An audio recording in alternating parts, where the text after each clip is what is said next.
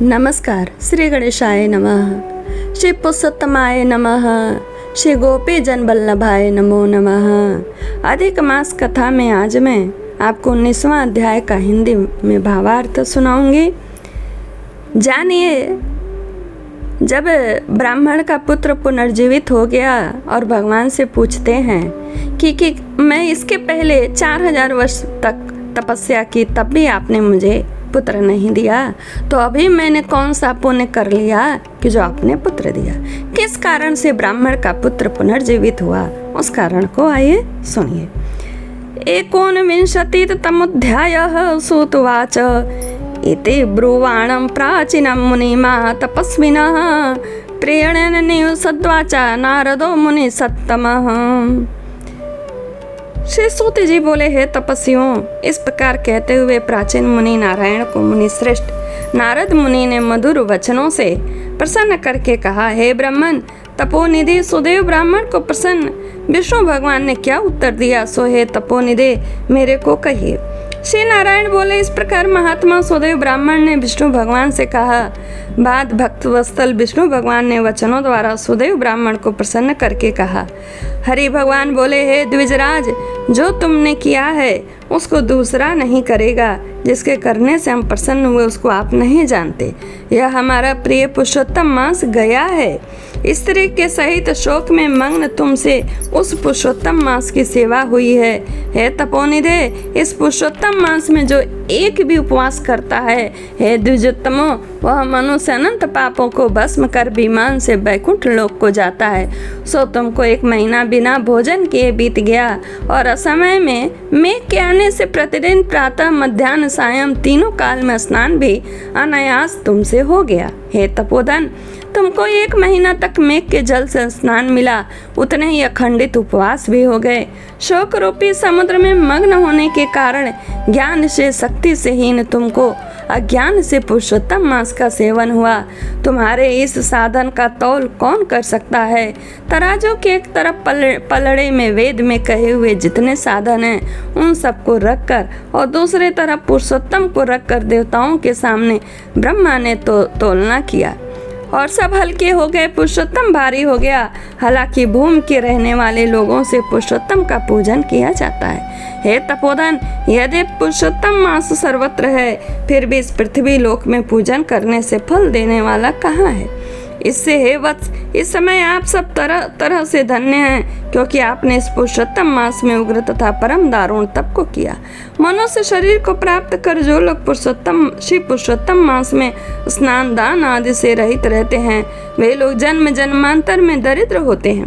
इसीलिए जो सब तरह से हमारे प्रिय पुरुषोत्तम मास का सेवन करता है, वह मनुष्य हमारा प्रिय, धन्य और भाग्यवान होता है। श्री नारायण बोले, हे मुने, जगदीश्वर हरि भगवान इस प्रकार कहकर गरुड़ जी पर सवार होकर शुद्ध बैकुंठ धाम को चले गए। सपत्नीक सुदेव शर्मा पुरुषोत्तम मास के सेवन से मृत्यु से उठे सुखदेव पुत्र को देखकर अत्यंत दिन रात प्रसन्न होते हुए जीवन जीने लगे। मुझसे अज्ञान उस पुरुषोत्तम मास का सेवन हुआ और वह पुरुषोत्तम मास का सेवन भलीभूत हुआ, जिसके सेवन से मेरा मृत पुत्र उठ खड़ा हुआ। आश्चर्य है कि ऐसे मास कहीं नहीं हमने देखा। इस तरह आश्चर्य करता हुआ उस पुरुषोत्तम मास का अच्छी तरह से पूजन करने लगा। वह सपत्नीक ब्राह्मण श्रेष्ठ उस पुत्र से बहुत प्रसन्न हुआ। सुखदेव पुत्र ने भी अपने उत्तम कार्यों से सुदेव शर्मा पिता को प्रसन्न किया। सुदेव शर्मा ने पुरुषोत्तम मास प्रशंसा की तथा आदर के साथ श्री विष्णु भगवान की पूजा की और कर्म मार्ग से होने वाले फलों में इच्छा का त्याग कर एक भक्ति मार्ग में ही प्रेम रखा।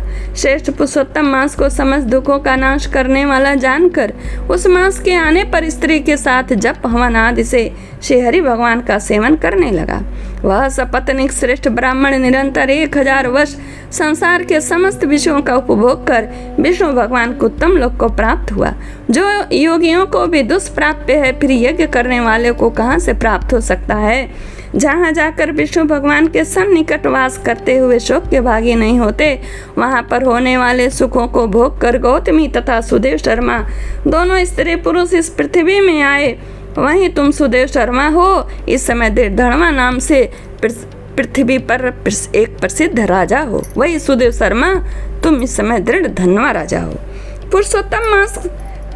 पुरुषोत्तम नाम के सेवन से समस्त रिद्धियों को भोगता हुए हैं। हे राजन, यह आपकी पूर्व जन्म की पति देवता गौतमी ही पटिरानी है। हे भोपाल, जो आपने मुझसे पूछा सो मैंने कहा। और शुक पक्षी तो पूर्व जन्म में जो पुत्र शुकदेव नाम से प्रसिद्ध था और हरि भगवान ने जिसको जिलाया था, वह 12,000 वर्ष तक आयु भोगकर बैकुंठ को हो गया। वहाँ वन के तालाब के समीप वट वृक्ष पर बैठकर पूर्व जन्म के पिता को तुमको आया हुआ देखकर मेरे हितों के उपदेश करने वाले प्रत्यक्ष मेरे दैवत विषय रूपी सर्प से दूषित संसार सागर में मग्न इस प्रकार पिता को देखकर और अत्यंत कृपा से युक्त वह शुक पक्षी विचार करने लगा कि यदि मैं इस राजा को ज्ञान का उपदेश नहीं करता हूँ तो मेरा बंधन होता है। जो पुत्र अपने पिता को पुन्नाम नरक से रक्षा करता है वही पुत्र है। आज मेरा यह श्रेष्ठ श्रुति के अर्थ का ज्ञान भी वृथा हो जाएगा, इसीलिए अपने पूर्व जन्म के पिता का उपकार करूंगा। हे राजन, दृढ़ धनवा इस तरह निश्चय करके वह शुक पक्षी वचन बोला। हे पाप रहित राजन, जो आपने पूछा सो यह सब मैंने कहा। अब इसके बाद पाप नाशने सरयू नदी को जाऊंगा। श्री नारायण बोले।